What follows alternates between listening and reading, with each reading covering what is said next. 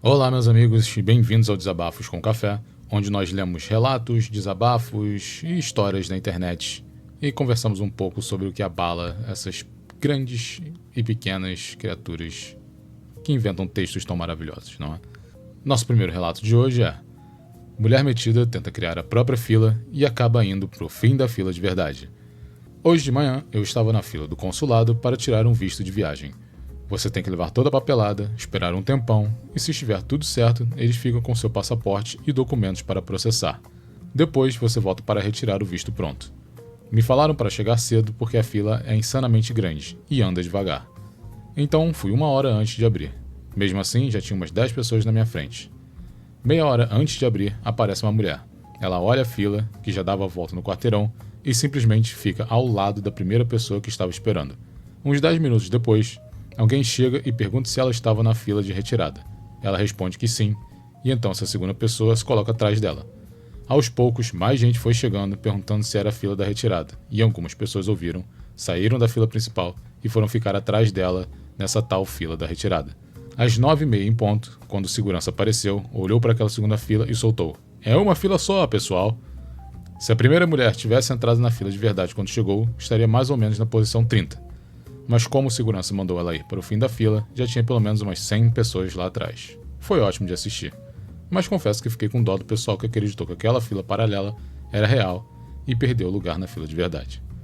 Bom, culpa do pessoal que simplesmente foi indo atrás um do outro ali, em vez de tentar saber o que era a fila de verdade e o que não era a fila de verdade, né? As pessoas têm que tomar conta da própria vida também. Nossa segunda história tem o título Todo Mundo Quieto, Menos Ela. Ontem eu estava viajando de trem quando tivemos que esperar por causa de um acidente. Felizmente a parada foi numa estação, então algumas pessoas conseguiram arrumar alternativas. Eu precisava ir mais longe para fazer uma conexão e ninguém sabia quanto tempo ia durar o atraso. Durante a espera, todo mundo levou numa boa. Claro que, com tanta gente conversando, o barulho aumentou. Aí o condutor anunciou que havia assentos disponíveis no vagão silencioso, mas lembrou, lá dentro não podia falar acima de um sussurro. Peguei minhas coisas e fui para lá. Mal me acomodo e ouço uma mulher falando no celular sem fone de ouvido nenhum.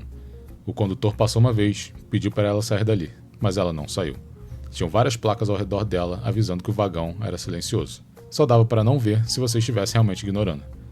Depois checaram de novo e ela ainda estava no telefone. A desculpa dela foi: "Disseram que a gente podia arrumar alternativas, então é isso que estou fazendo." O condutor mandou ela sair e ficou esperando até que pegasse as coisas e fosse embora. Ela saiu furiosa, olhando torto para todo mundo. O engraçado é que ela estava viajando com um homem, mas ele decidiu ficar no vagão silencioso. Fiquei pensando qual deve ter sido a conversa dos dois quando desceram do trem. Gente mal educada ou sem noção é o que mais tem por aí, né? A pessoa se dá o trabalho de ir para um lugar silencioso para ficar falando no telefone e incomodar os outros. É no mesmo padrão de você estar num transporte público e a galera torando vídeo ou música no volume mais alto possível, né? E a pessoa simplesmente querendo chegar no trabalho ou querendo voltar para casa. Nossa próxima história é: mãe folgada usa meu trabalho de terapeuta para me humilhar por causa de uma briga de recreio. Tenho 40 anos e trabalho como terapeuta. Uma coisa que sempre levo muito a sério é separar o meu trabalho da minha vida pessoal. O que acontece no consultório, fica no consultório. Em casa, sou só mãe. Meu filho de 9 anos tem um colega de classe cuja mãe eu encontro com frequência na saída da escola, e ela sempre vem com uma certa atitude, soltando comentários tipo: "Deve ser bom ficar o dia todo ouvindo gente reclamar." Ou: "Aposto que você analisa todo mundo que conhece." Normalmente ignoro, porque já me acostumei com gente que não entende o que faço. Na quinta-feira, nossos filhos tiveram uma briguinha normal no recreio. A professora resolveu na hora, e quando cheguei, achei que estava tudo bem. Mas na hora da saída, essa mãe veio direto para cima de mim, na frente de todo mundo. Começou a gritar, dizendo que, já que eu era terapeuta, eu deveria consertar meu filho, e que se eu não conseguisse controlar meu próprio filho, como alguém poderia confiar em mim para ajudar os deles. E ainda teve coragem de dizer: "Vocês, terapeutas, acham que são melhores que todo mundo, mas no fundo são só pais fracassados tentando mandar na vida dos outros." Eu fiquei chocada. Respondi com calma: "Isso não tem nada a ver com o meu trabalho. Nossos filhos tiveram um desentendimento e já foi resolvido." Mas ela me ignorou e começou a olhar para os outros pais como se estivesse tentando arrastar eles contra mim. Fiquei lá, humilhada, enquanto pessoas com quem normalmente converso baixaram a cabeça, sem dizer nada. E o pior, meu filho ouviu tudo. Mais tarde, ele me perguntou se eu era ruim do meu trabalho por causa do que ela disse. Isso me destruiu por dentro. Eu sei que ela estava projetando as próprias frustrações e tentando me derrubar, mas doeu. Eu passo meus dias ajudando pessoas a carregar suas dores e tento ser uma boa mãe em casa. Mas naquele momento, ela conseguiu me fazer sentir como se eu não fosse nada. Gente folgada já é ruim quando se trata de dinheiro ou favores, mas usar minha profissão para me atacar por conta de uma briguinha de recreio, isso sim foi cruel. Como eu falei, o que mais tem de gente escrota, gente babaca por aí, e ainda tenta usar uma função de terapeuta que é muito útil para a sociedade para esculachar a mãe, a OP, simplesmente por causa de uma briga do filho dela. É aquela pessoa que não sabe educar a criança e quer botar a culpa no filho dos outros ou nos pais dos outros, Nossa próxima história é: aluno folgado de academia tenta me dispensar para continuar no celular enquanto fazia supino. Sou treinador em uma academia onde a regra é bem clara. Se você estiver malhando e receber ligação ou mensagem, tem que ir até a área designada para isso. Um lounge feito para os alunos atenderem e mandarem mensagens sem atrapalharem ninguém. Ontem, um aluno veio falar comigo sobre um cara que estava treinando e, ao mesmo tempo, falando no celular, ignorando totalmente as regras. Fui até ele, mas precisei até dar um assobio alto para conseguir chamar a atenção. Pedi que limpasse o equipamento depois de usar e que levasse a ligação para o espaço reservado. O cara me olhou por um segundo, fez um gesto com a mão tipo sai fora e disse para eu cair fora. Assobiei de novo algumas vezes até ele realmente me ouvir. Quando finalmente me respondeu, começou: "Você não ouviu?", mas parou no meio da frase quando percebeu com quem estava falando. Eu sou um dos 2 treinadores principais da academia.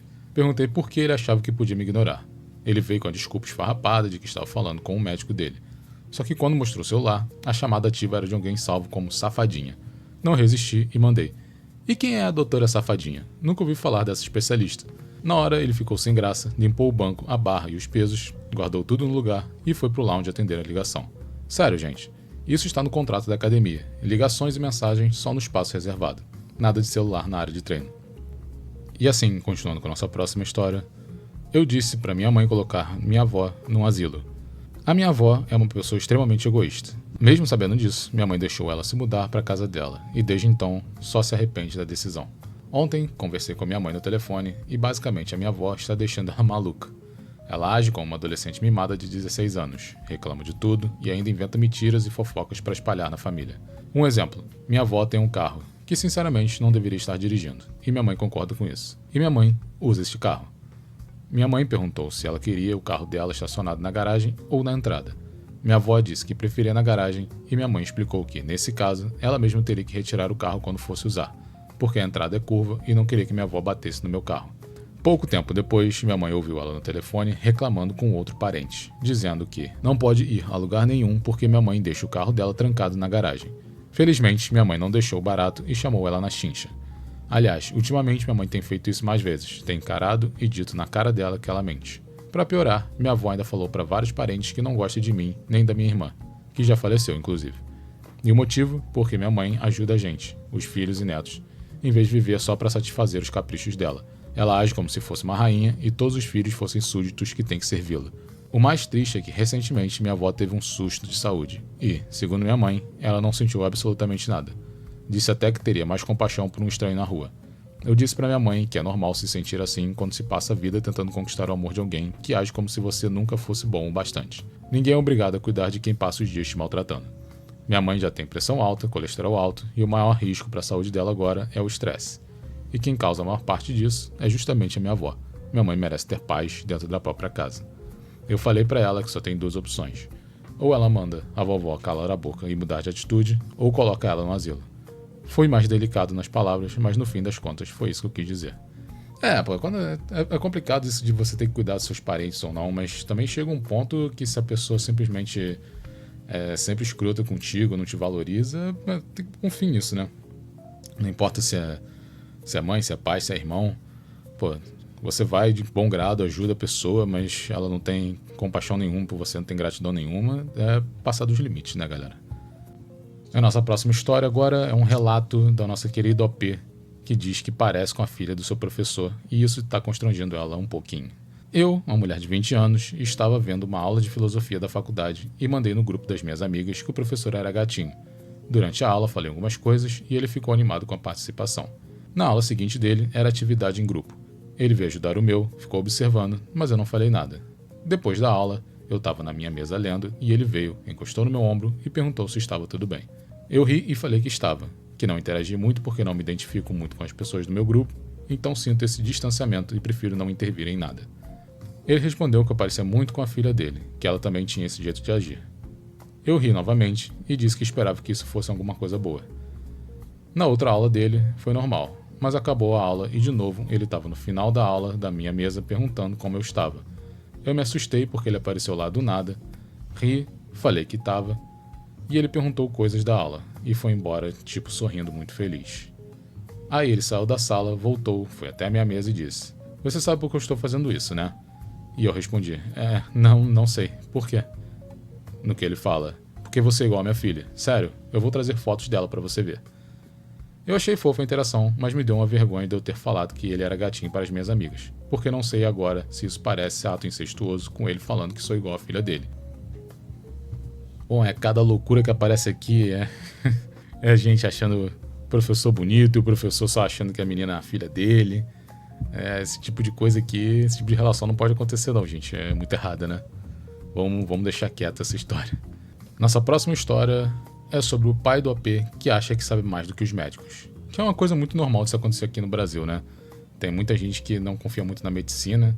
Eu tenho um amigo próximo que o pai dele era exatamente assim. Não gostava de ir no médico para nada, para resolver, porque ia se curar normalmente ou com o tempo, e quando viu, as coisas pioraram do nada, né? Ou, melhor dizendo, não foi do nada, né? Mas foram piorando e ele simplesmente não queria saber de ir no médico. Bom, vamos lá. Minha irmã é gordinha, mas a questão nem é essa. Ela sente dor física o tempo todo. Tem artrite reumatoide nos ombros, artrose nos joelhos, fibromialgia e ainda estão investigando outros problemas. Vive fazendo ressonância, tomando injeção de corticoide e pode precisar de cirurgia para colocar prótese nas articulações. Essas dores começaram ainda na infância, muito antes dela ganhar peso. Mas meu pai, ele diz que é tudo besteira e que é só porque ela é gorda. O conselho médico dele? Parar de comer. Ele já chegou até a punir a minha irmã tirando a comida dela, o que fez ela desenvolver uma relação horrível com a alimentação. Ela escondia comida debaixo da cama porque vivia estressada com ele. Foi assim que ele criou nela compulsão alimentar e problemas de imagem corporal. E agora ainda joga a culpa nela pelas consequências. Para piorar, ele já tentou cancelar consultas médicas dela pelas costas porque acha perda de tempo. E não para por aí. Eu tenho alergia severa a manga e cebola. É coisa séria, pode me matar. E o que meu pai acha? Que não existe isso. Nas palavras dele, como alguém pode ser alérgico a uma das melhores comidas? Pois é, ele colocava cebola de propósito nas refeições, sabendo que eu não podia comer. Também me obrigava a catar as mangas caídas do quintal, mesmo depois de ter passado mal, cheio de manchas e com dificuldade para respirar. Até hoje ele insiste que eu não preciso de injeção de epinefrina, porque um dia ele teve problemas parecidos e superou com exposição. Resumindo, para as doenças da minha irmã, é só a culpa do peso. Para os médicos, eles não sabem nada. E para as minhas alergias que podem me matar, é tudo besteira. Esse daí merece o prêmio de pai do ano, né? Sabe mais do que médico, sabe mais do que o próprio filho, sabe mais do que a filha. E enquanto isso, todo mundo indo de saco, né? Mas fazer o quê, né? Quando der pra se afastar desse tipo de pessoa, o melhor se fazer é exatamente isso. Bom, meus amigos, estes foram os desabafos de hoje. Espero que vocês tenham curtido. E até o próximo vídeo. Fui!